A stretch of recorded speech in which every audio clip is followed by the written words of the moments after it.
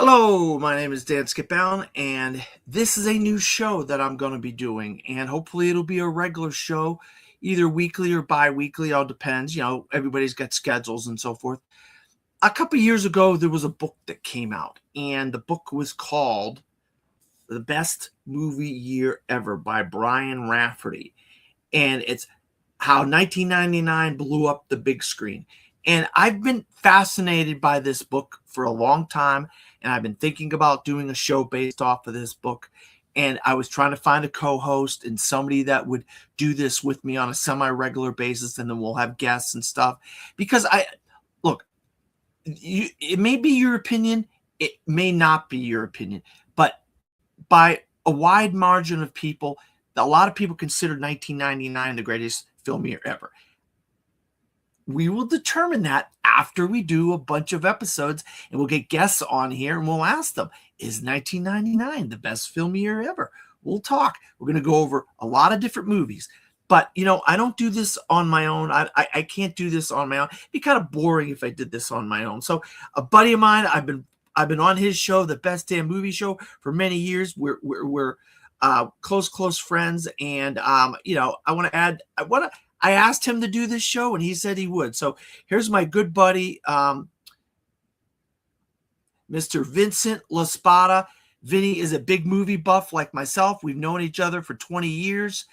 And when I came to him with this idea, I said, Vinny, what do you think about doing this idea of possibly talking about 1999 movies?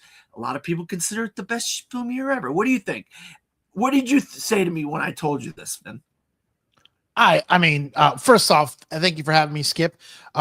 First off, I said to you that it's probably debatable. There's probably, I could say that I can say 85 was a good year. I can say 82 was a good year. I can even say that 2015 was a good year.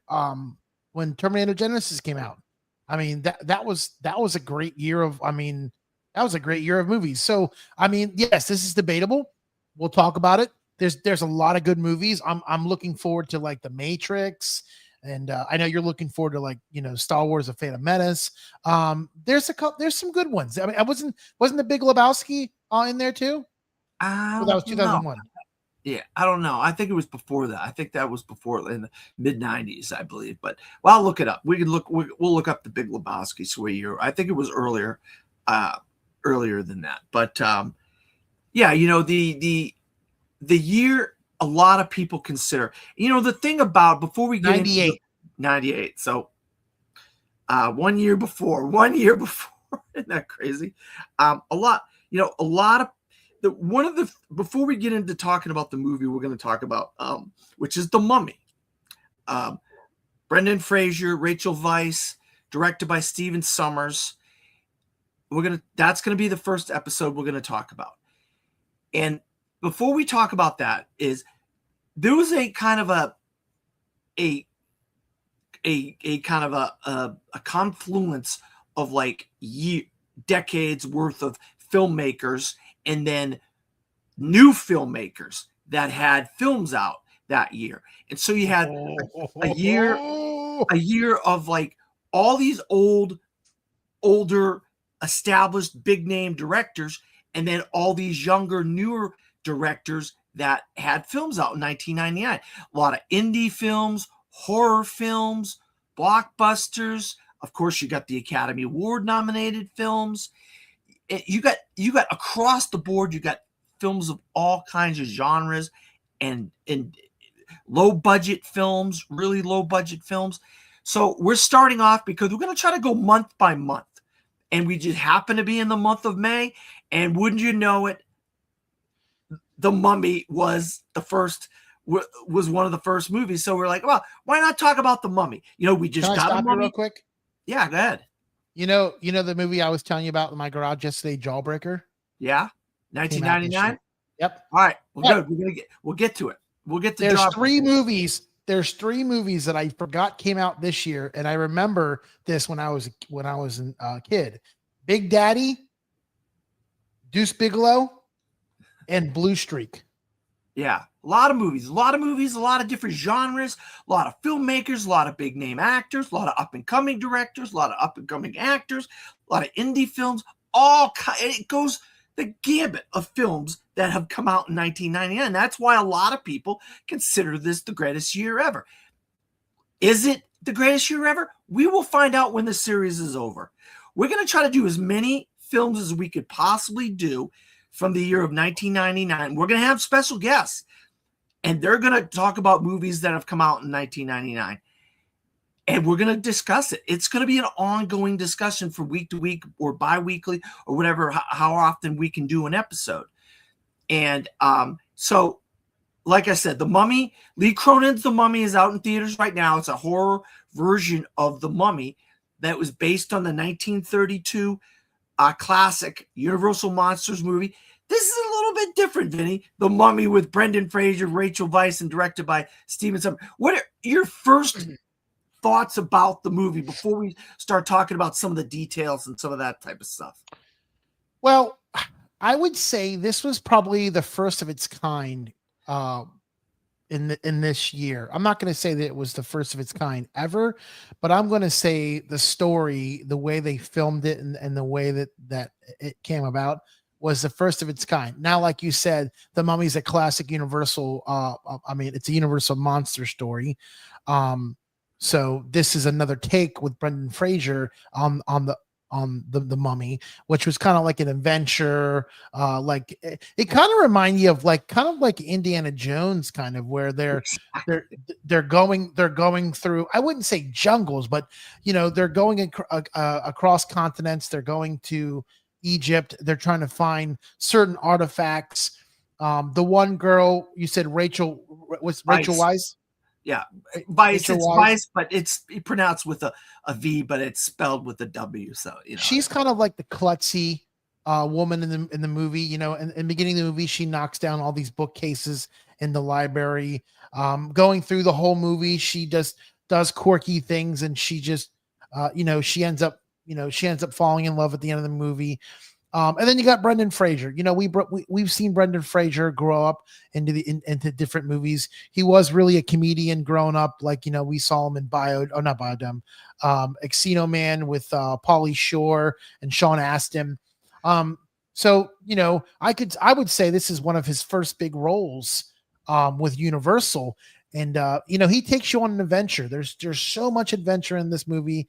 There's so much to see. The cinematography is fantastic in this film. And the CGI. This, you got to understand, this is 98, 99 was the break point of CGI. CGI was becoming what it is today. And if you really watch some of the actual scenes with like the desert and the mummies coming, you can, if you really pay attention, you could see the mess ups and some of the computer animation inside this. If you really watch, this movie worldwide did $417.6 million. So it cost $14.7 million and it did $1.2 billion. So it did fantastic. We got we got what, 3 with Brendan Fraser and the other 2 not with Brendan Fraser. But I really enjoyed it. I've seen it a couple times. We watched it the other night. You said you haven't seen it in a while, and it fascinates me, these stories of how a director can take you from an ordinary story to just this fantasy world, and then it takes you out of what's going on in your life, and it puts you into another dimension. Yeah, no, I agree with you on a lot of your points. We're going to get into some of that stuff. Let's start off, like you said, Rick O'Connell is played by Brendan Fraser. He's like the Indiana Jones of the thing. He's like this tough guy. At the beginning, he's fighting a war against these other desert warriors and stuff. And, that's a little bit more of the detail we'll talk about later. But then you got Evelyn, the klutzy librarian, played by Rachel Weisz, like you said. And then you have a cold opening in this movie where you have the actual mummy, where Arnold Vosloo plays the actual mummy, and there's a whole story involving Egypt and trying to resurrect his lost love, and all this stuff. And then there's tombs, there's Egyptian tombs and all this stuff, and he is encased in a tomb alive, and he's being eaten by scarabs, flesh-eating scarabs, and that's one of the CGI things that you're talking about. And then they have to try to build a group of people together to where they can go into this tomb and get these books, and then they're going to try to resurrect this guy all these years later, Rick. But these are the things that I always wondered about movies like this. Why do we need to resurrect an old pharaoh from years past that's attached to a curse and all this stuff? You know what I mean? It's just like some of this stuff is like, why? And there's books and there's keys to open the books, and that opens the tomb. Yeah.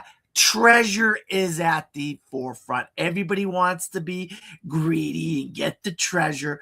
This is a period piece, by the way. It takes place in like the 40s, 30s, 40s, right there, doesn't it? What's another good treasure movie you can think of off the top of your head? Yeah, Indiana Jones, like you said. One in particular that I'm thinking about. Oh God, started a lot of careers. Oh God, I can't think. I get at the top of my head. I can't think. Treasure. The Goonies. The Goonies is another one, a 1986 or 85 movie. 85. About 85, yeah. Look, these type of movies, they always get the crowd into them because they're adventure. It's action, it's adventure, it's killing a bunch of dead zombies coming to life, coming after people. You got warriors, desert warriors. You got all kinds of stuff going on out there. Yeah, it's I love about these movies too. I love going through the actual did you know? Do you ever go through that did you know on the IMDb? No, I don't mess with that kind of stuff because I don't want to get spoiled for the movie that I watched and be like. Well, there's a couple things that I'm not going to spoil you that I think was really interesting. The library scene was in one take. They said it would take a full day to reshoot that. Brendan Fraser almost died in the movie. What? The hanging scene. He almost died from the hanging scene. Really? Yes. Holy moly. Let's see.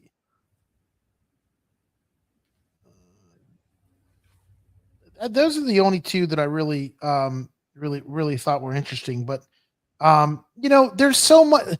I don't feel like people realize how long it takes to film a movie. Like you could do a movie in a couple months, but a movie like this, Universal, this is probably 5-6 months to shoot a movie like this, and it's not so there. I mean, I guarantee you. Let's see. Did they shoot on location or did they actually shoot off location?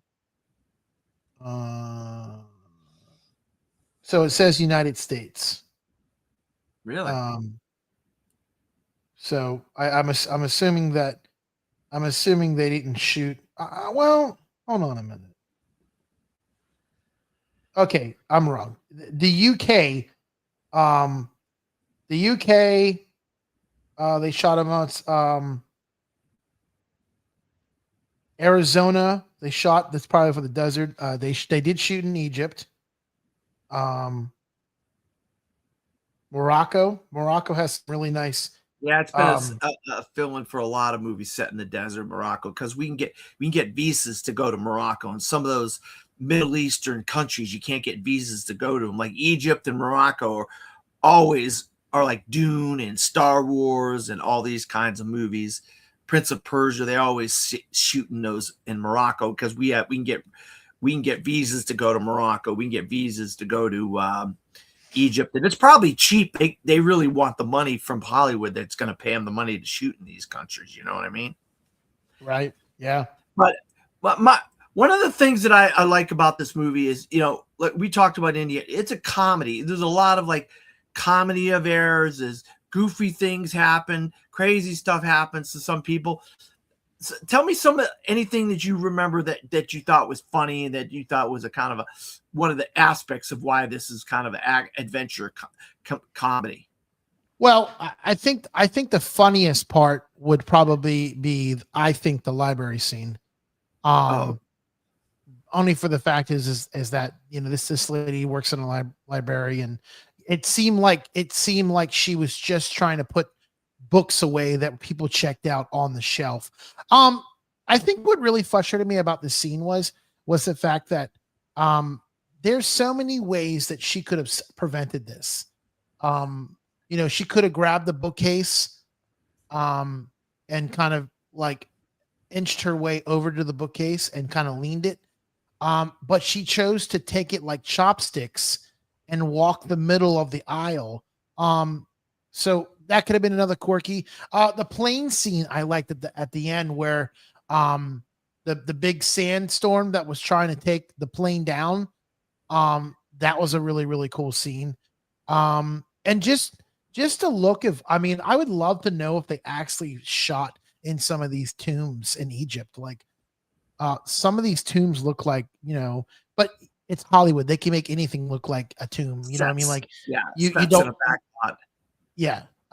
So you don't know that. You know, and again, you know, Brendan Fraser did this 3 times, so each story's a little different. You know, I've noticed about movies though. Okay, let's just. I know this is off topic, but there's a point I want to come across. Let's take Jurassic Park. Okay, in every movie, there's either kids or young kids getting trapped by dinosaurs. At the end of the movie, there's always kids running from the dinosaurs or parents running from the dinosaurs. There's always one stupid person that does something dumb, like in the beginning of at the end of Jurassic Park, where that guy was on the shitter and he got eaten by the dinosaur. So like, there's always something. It's a pattern. And if you watch these mummy movies, there's you could see what I'm talking about. There's certain shots and certain sequences that follow the mummy in each film, and it's kind of it's not it's not a coincidence this happens. It's something that these directors they do. I don't know if it's because they want to keep the balance of the movie the same. Why do you think they do this where they put the same scenes but different aspects in movies like this? Well, this movie in particular wanted to kind of capture the slapstick nature of like Abbott and Costello, but with an adventure period piece and the Universal Monsters characters, with which in this case was the Mummy. You know, we had Boris Karloff played the Mummy in the 1932 Mummy, and so they add these kind of goofy characters like Benny, for instance. Benny ends up teaming up with Arnold Oslow's the Mummy, and then we know Benny's gonna get his in the end. You know what I mean? We see him with all his gold and stuff, and then as he's trying to escape the tombs and stuff, and the whole place is coming down, he has to let go of all his gold and stuff. Like, these are the kind of characters you end up with, and this is the kind of stuff. It's stuff to really get the viewers involved in the movie. It's things like this that get the audience, make the audience a member of the film, by laughing and going ooh and ah and oh and all this kind of stuff. You see what I'm saying? Yeah.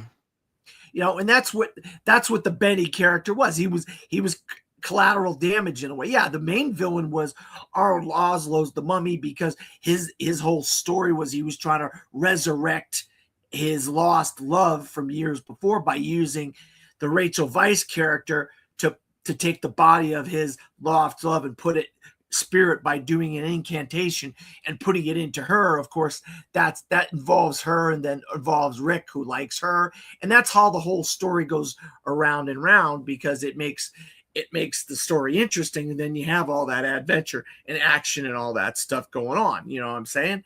And that's where all this.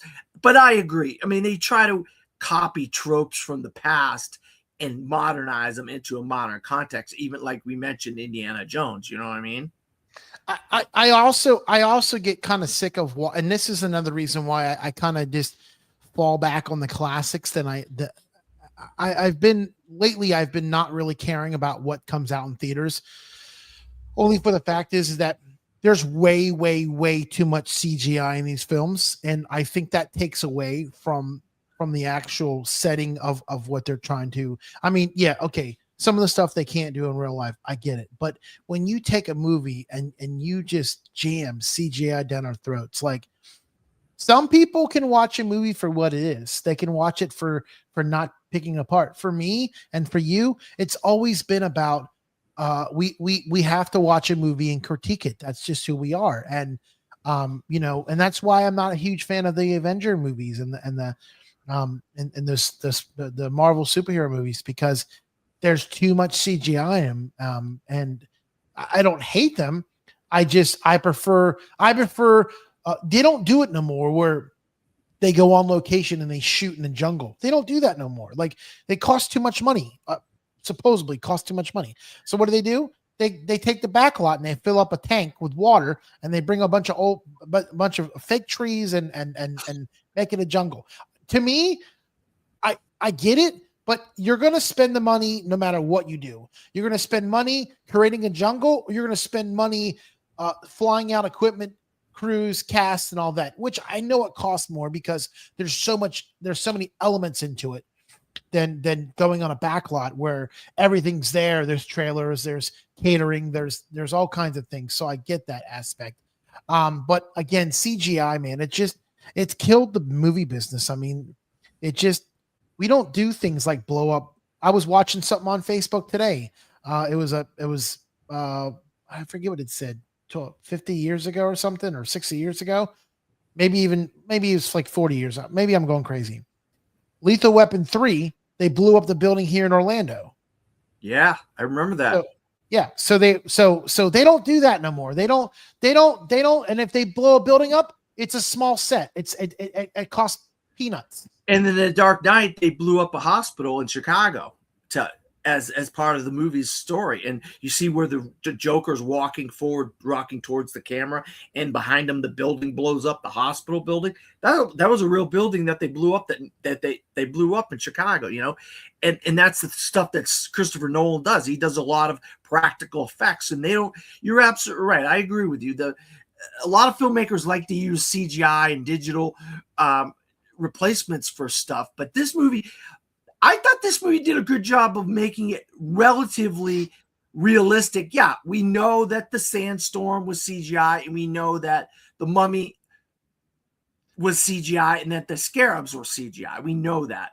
But actually, it wasn't that bad. They didn't do a bad job with the CGI. They didn't overload the first mummy with too much CGI. But to try to do a half-dead, carcass-looking, kind of mummy-looking creature, that would have been pretty hard in today's standards. So I thought it looked pretty good. You know, he stole the eyes of the one guy and put them in his eyes, and he was taking parts of different bodies of different people to rejuvenate himself and stuff. And I thought they did a nice job of that on the mummy and stuff. And then, like I said, the scarabs, the flesh-eating scarabs that would run around and eat the people. And then the storm was kind of cool. Obviously, it looked fake. It looked fake. For 1999, we hadn't got to the point where, you know, we are today with visual effects and CGI and stuff like that. But I don't think it looked that bad considering everything concerning. Don't you think? No, I mean, again, like I said, shooting on location is the best scenario for a film, because you're going to get that raw feeling that you're actually there in the jungle. But again, this is something that we don't know if it really happens, because that Hollywood is so good about making something look like that it's not. It's just the CGI there, like you said, there wasn't, I mean, when it came to here's the thing about Universal that does, I mean, we can go back to the 1920s when, you know, they made they made, I mean, maybe even a little Dracula, the Mummy, yeah. Invisible Man, The Creature, all those movies. But there always were some kind of computerized, I mean, even like Jurassic Park, the dinosaurs, they almost all of them were computerized, but they look real as hell because they put plastic rubber molding over the computer and the robot to make them look like that. And that's what was great about Universal and their monster movies was back then. Not only did they do a lot of like computerized things, but they did a lot of molding, a lot of makeup casting, and people putting makeup on in the chair and sitting there with a mold and a cast of Frankenstein that fits their mold of their face and their body. They don't do that no more. Like that's not as much, not a but thing. they've been doing a lot better job of that, doing really good. Like there's a movie coming out, and it's not a universe, called Digger, where they make Tom Cruise into a 70-year-old guy. And he's old, but he doesn't look his age. You know, he looks like he's a 70, upper 80-year-old guy. He's going to look. Or like, speaking of Brendan Fraser, he wins an Oscar, Vinny, for The Whale. He's covered in makeup in a fat suit of this big giant guy who can't get out of his house. But there's a performance in there amongst that whole costume that he's wearing in the fat suit. Once again, Gary Oldman, all the Gary Oldman characters over the years. He won an Oscar for playing Winston Churchill, you know, in The Darkest Hour, you know. So they have been getting a guy that you're familiar with, Dwayne The Rock Johnson. They made him look like a different guy, and it made the performance better when you watch these people, because the makeup and the molding and all that stuff is so much more better nowadays. And these guys are like professional guys, and they know this is all they do is do makeup for movies and stuff like that. And it's gotten so much better. So they're taking that CGI element out of it when they're able to do the makeup. You know what I mean?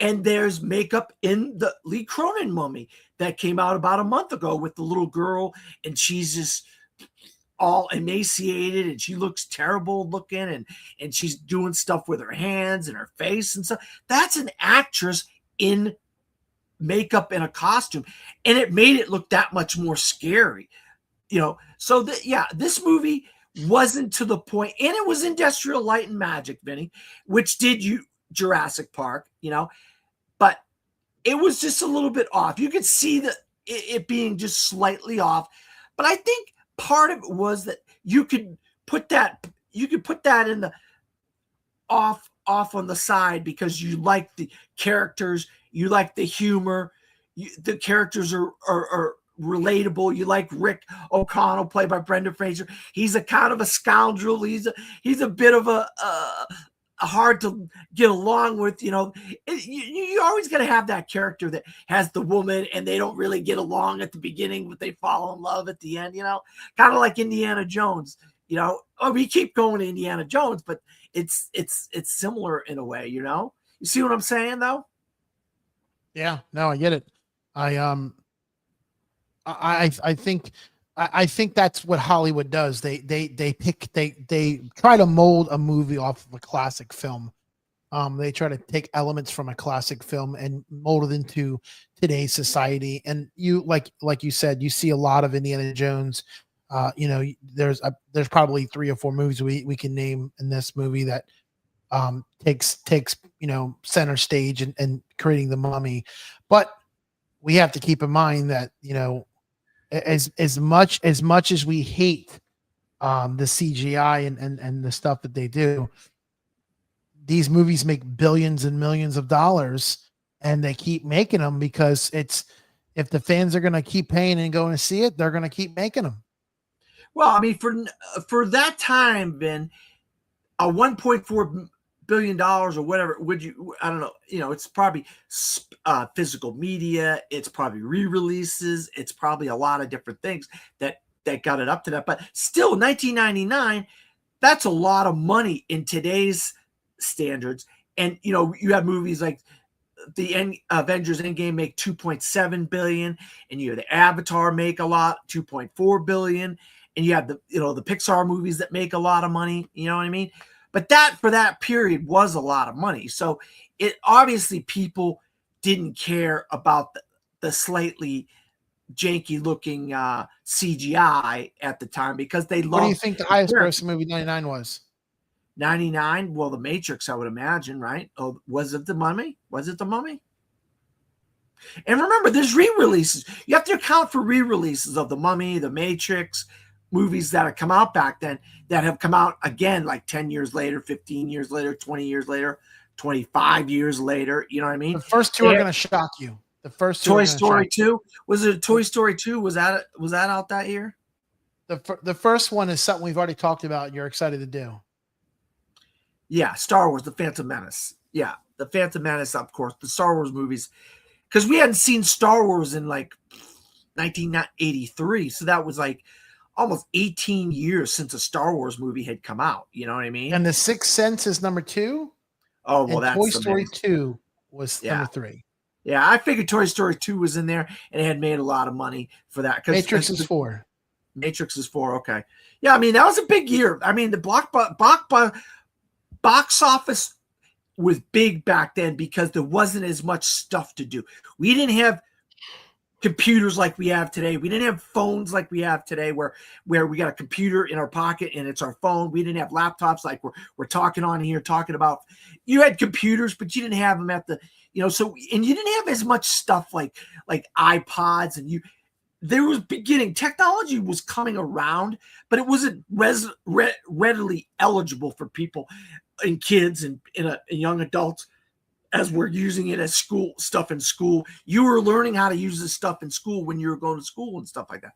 So box office was a lot bigger in 99 because there wasn't a whole lot of stuff for people to do. So what did they do? Yeah, they had concerts and sporting events and stuff, but movies did have a big presence in our lives back then, and The Mummy was one of those big movies that really kind of transcended the box office in a way. You know what I mean? Yeah, no, I totally, you can also say that movies in today's genre have going to the movies has changed so much.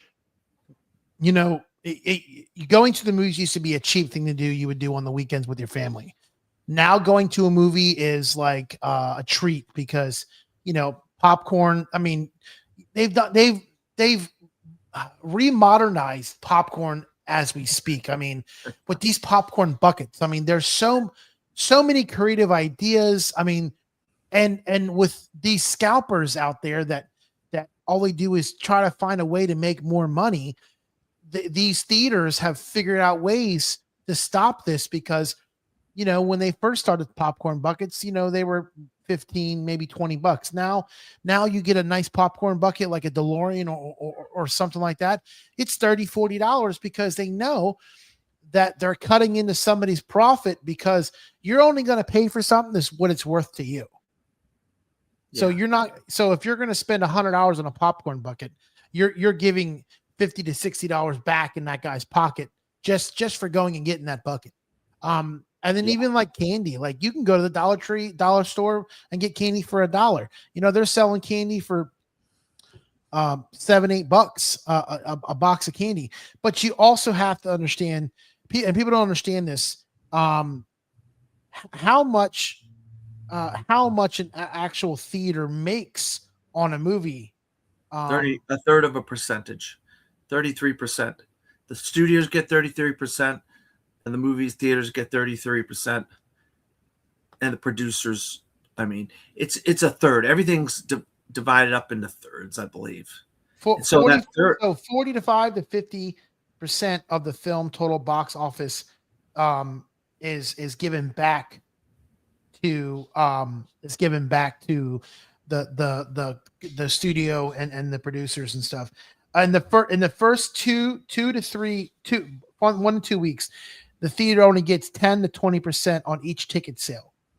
Now, after the blockbuster's made its money back, that's when the theater starts negotiating higher revenue because the studio's already made its money.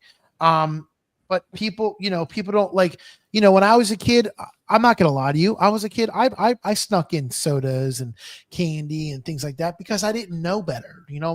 I don't know what I know now. And now that I know, I kind of not do that because I know that the theater, theaters were hurting in pandemic.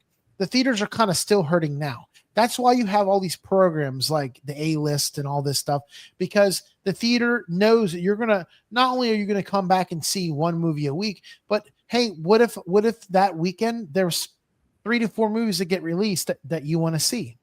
Well, if you already seen one on your A-list movie, you're going to come back and see the other two. You're going to pay for them. You're going to buy popcorn and soda. So it's like they know how to bring you in, how to pull your strings to come back and spend your hard-earned cash. Yeah, no, I agree. No, you're right. I don't like popcorn, and I don't like to pay for the sodas and stuff Crazy. like that. The biggest movie person I know in my whole entire life does not like popcorn.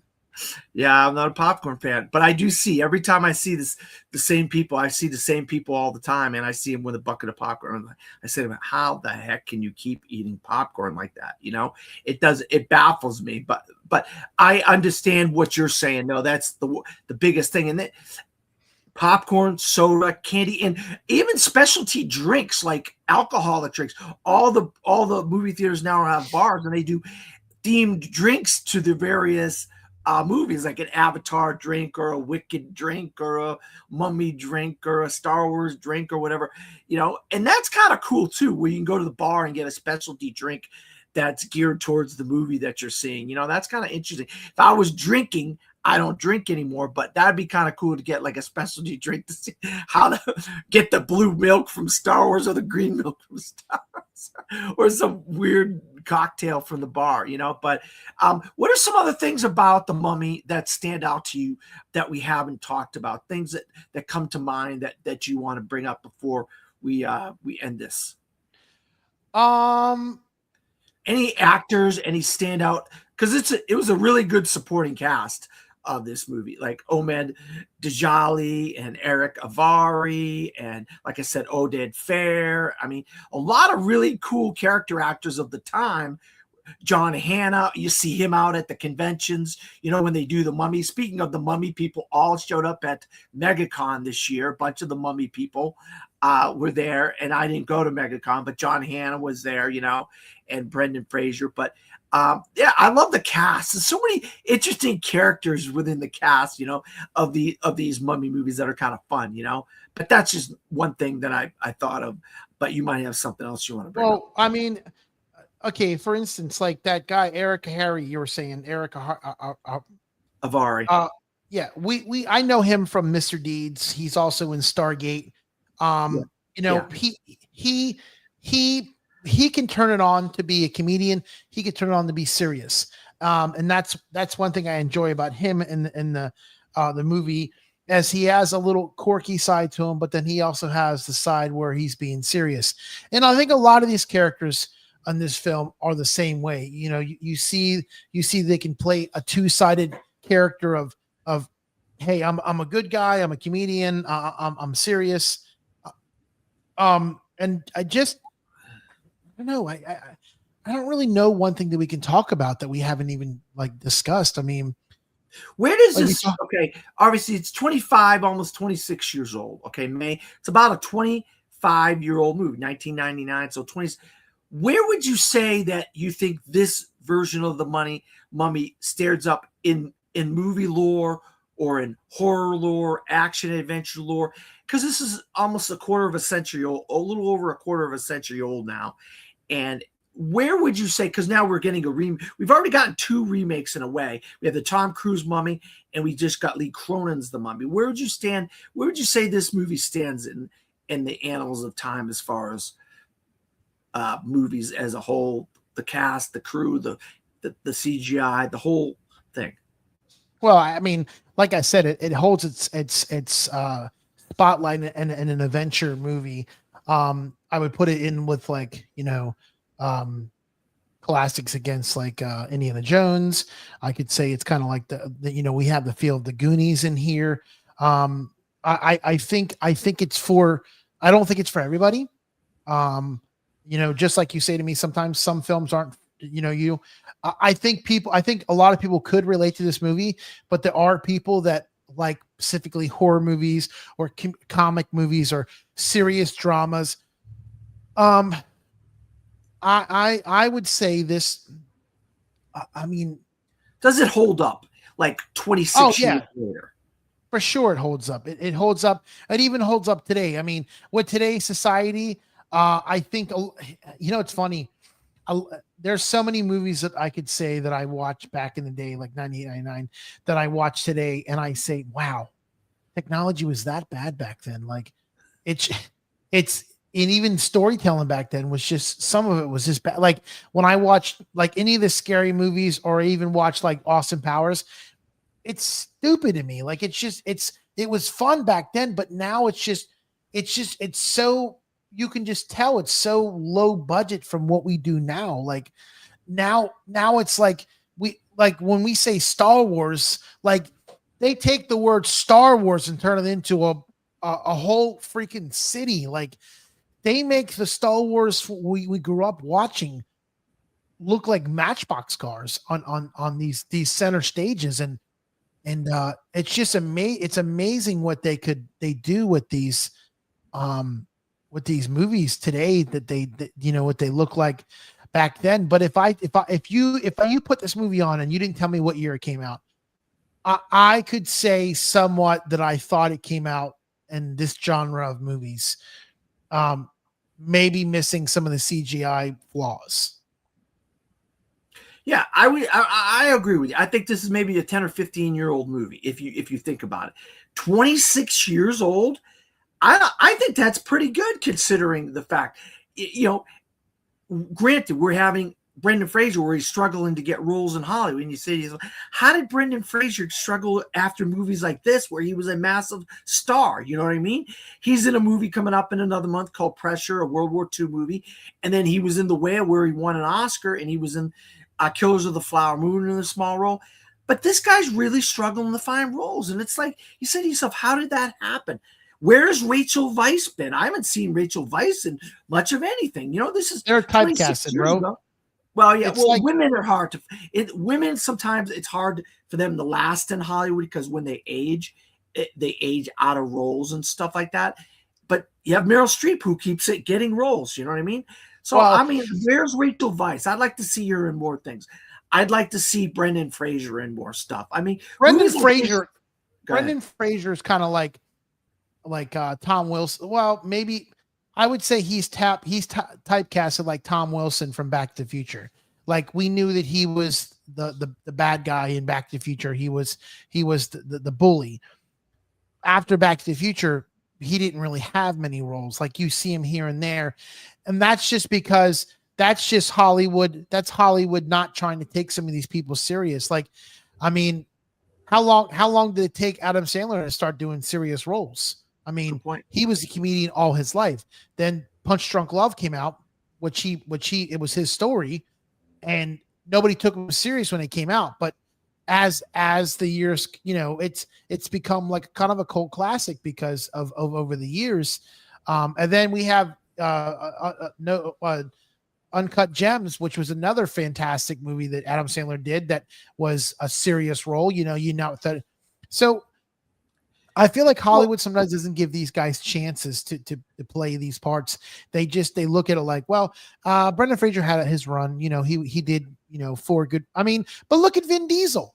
If you took him out of Guardians of the Galaxy and you just put him in Fast and Furious, realistically, Fast and Furious was it. I mean, he had Pacifier, he had a couple other little hits, but realistically, Fast and Furious is his biggest gold. Like, okay, he plays in Guardians of the Galaxy, but you would have never known that unless you looked at the credits. Yeah, you don't know that. Yeah, no, I mean, no, most people wouldn't know that he's the voice of Groot. I said that to somebody, a friend of yours the other day, and she had no idea that he was the voice of Groot. She said, "What?" And I said, "Yeah, he's the voice of Groot." Wow, I didn't know that. You know, so no, you're right. No, I mean, what do you think of like a movie that I had in my top 10 from 2025 that I loved a lot was Rental Family, and I really thought, okay, this is Brendan Fraser getting out of that box of kind of the goofy, quirky, oddball. Eddie's doing something. Yeah, it has a comedic nature to it, but it's kind of a touching movie, don't you think? Rental Family, and same thing with The Whale, you know. So this is the kind of thing I like to see, that he's progressing into this kind of a more serious actor with roles like Pressure that's coming out in June that looks really good. This World War II movie, you know. But I like Brendan Fraser. I think he kind of held his own in this movie, and so did Rachel Weisz. Together, they were a great team to me, and I really liked them. And I could see why they ended up getting sequels and so forth after this, because this movie did so well, and they were so thought after with the audiences. But all right, so Vinny, what in the year of 1999, where would you rate The Mummy? If you rated it out of 10, what would you rate it in as far as the best movies of 1990? Where would you put The Mummy? Oh boy. Well, here's what I'm going to tell you. I think we should get 1 through 10. I think we should do 10 movies. Okay, 10 powerful movies. I think we should rate these movies on our own chart. I think after the 10th movie, we should come back and reevaluate the list and see if we did a good job. So I am going to say The Mummy. I am going to put The Mummy third. Okay. You're going to say you're as of right now, you're going to say that The Mummy's the third best film of 1999. Yeah. Okay. Yeah, I'm not going to do that. I'm going to put that if we're going to do it, but we're not going to do 10 episodes of them. We're going to do a lot more episodes. Well, what I'm saying is the first 10 episodes, let's take these movies. All right. And we don't listen, we don't have to keep it in this order, but let's go through 10 and see how we did it. All right. Well, I'm going to put it at number 10 right now. Because I know we're going to talk about a lot of other movies and I don't know where I would put. I don't see The Mummy being a lot of like an Oscar contender or something like that. I see it being a fun adventure action comedy, and that's what's enjoyable about it, you know. So as of right now, I'll put it at number 10. We'll reevaluate this later on down the line after we do 10 or so movies. We'll do 10 or so episodes of this show, okay, and we'll reevaluate and we'll talk about it. But Vinny, where can you be found in the interwebs? Obviously, you're going to come back here with me. We're going to do more episodes of 1999, the best film year ever. But other than that, where can you be found? You can always find me at on Saturday mornings for my Saturday morning review show on right here on StreamYard. Go to my page, Vincent LaSpada, and you can find my show there. I've missed a couple episodes, but hopefully I'll have one for this coming Saturday. And just keep, you can always look me up, Vincent LaSpada, on Instagram, Facebook, Twitter, Your Mom's Basement, something like that. And you'll always find me doing some kind of quirky and crazy thing. Yeah, Vinny's a big wrestling guy. He's involved with the wrestling channel over there. He's a big wrestling fan. Unpopular Reviews Wrestling. You can find me on Friday nights on the SmackDown Showdown at 11 o'clock on the StreamYard. Just type in on YouTube, type in Unpopular Review, and you can find me right there. I'll be live right on the homepage. So if you're into wrestling and that sort of stuff, Vinny will be over there doing his thing with those guys. I, on the other hand, am a film critic in the Central Florida area. I represent Tampa and Orlando. And I own a website called FromTheFourthRow.com, where I'm the owner, editor-in-chief, and head film critic. I have a few writers that write for me. We cover all kinds of stuff, TV, movies. I mean, we just did a concert documentary of Billie Eilish the other day. I've done right now. It's a slow period for movies, so we're doing a lot of TV. Lord of the Flies, we're doing MIA on Peacock. All kinds of different shows. I can't really say anything about it, but Cape Fear on Apple TV Plus. I got the first 6 episodes of that. We're going to be doing the Punisher special presentation on Disney Plus.